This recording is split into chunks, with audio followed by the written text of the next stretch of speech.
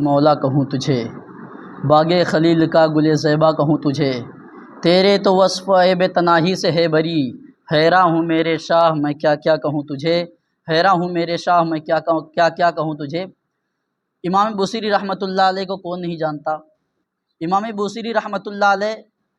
یہ وہی ہیں جنہوں نے قصیدہ بردہ لکھا۔ آپ آخری ایام میں آپ کو برس کی بیماری ہو جاتی ہے، آپ سوچتے ہیں کہ ساری زندگی میں نے بادشاہوں کے قصیدے لکھے، پوری زندگی میں نے عمرا کے قصیدے لکھے،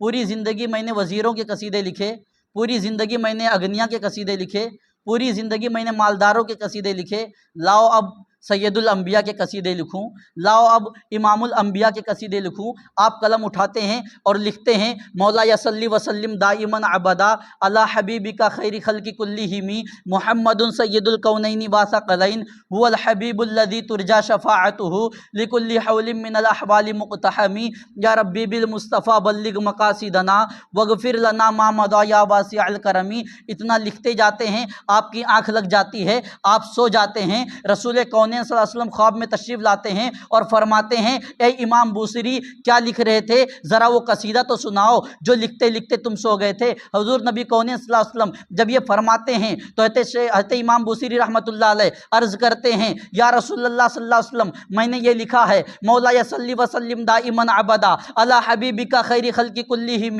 هو الحبیب الذی ترجى شفاعته لكل حول من الاحوال مقتحم یا ربی بالمصطفیٰ بلغ مقاصدنا واغفر لنا ما مضى یا واسع الکرم۔ جب آپ سناتے ہیں رسول کونین صلی اللہ علیہ وسلم خوشی سے مسکرانے لگتے ہیں، نبی کونین صلی اللہ علیہ وسلم کا چہرہ گلاب کی طرح کھل جاتا ہے، نبی کونین صلی اللہ علیہ وسلم خوش ہو جاتے ہیں اور اپنا دست شفا حضرت امام بوصیری رحمۃ اللہ علیہ کے بدن پر پھیرتے ہیں تو آپ کے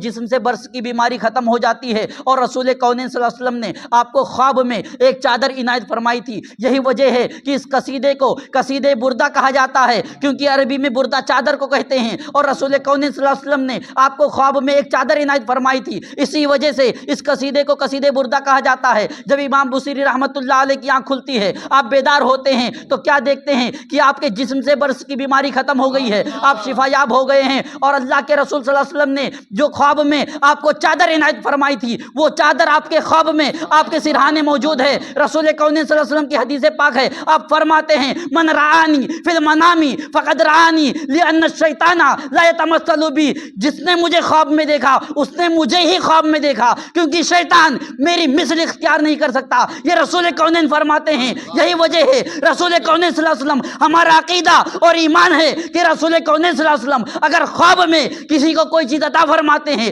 تو وہ چیز اس کے پاس موجود ہوتی ہے، جیسا کہ رسول کونین صلی اللہ علیہ وسلم نے امام بوصیری رحمۃ اللہ علیہ کو آپ کو چادر عنایت فرمائی، تو جب آپ کی آنکھ بیدار ہوتی ہے تو آپ دیکھتے ہیں کہ وہ چادر آپ کے پاس موجود ہے۔ اسی وجہ سے اس قصیدے کو قصیدہ بردہ کہا جاتا ہے۔ مولا یصلی وسلم دائما ابدا علی حبیبک خیر خلق کلہم محمد سید الکونین واثقلین هو الحبیب الذی ترجى شفاعته لكل حول من الاحوال مقتحم یا ربی بالمصطفیٰ بلغ مقاصدنا واغفر لنا ما مضى یا واسع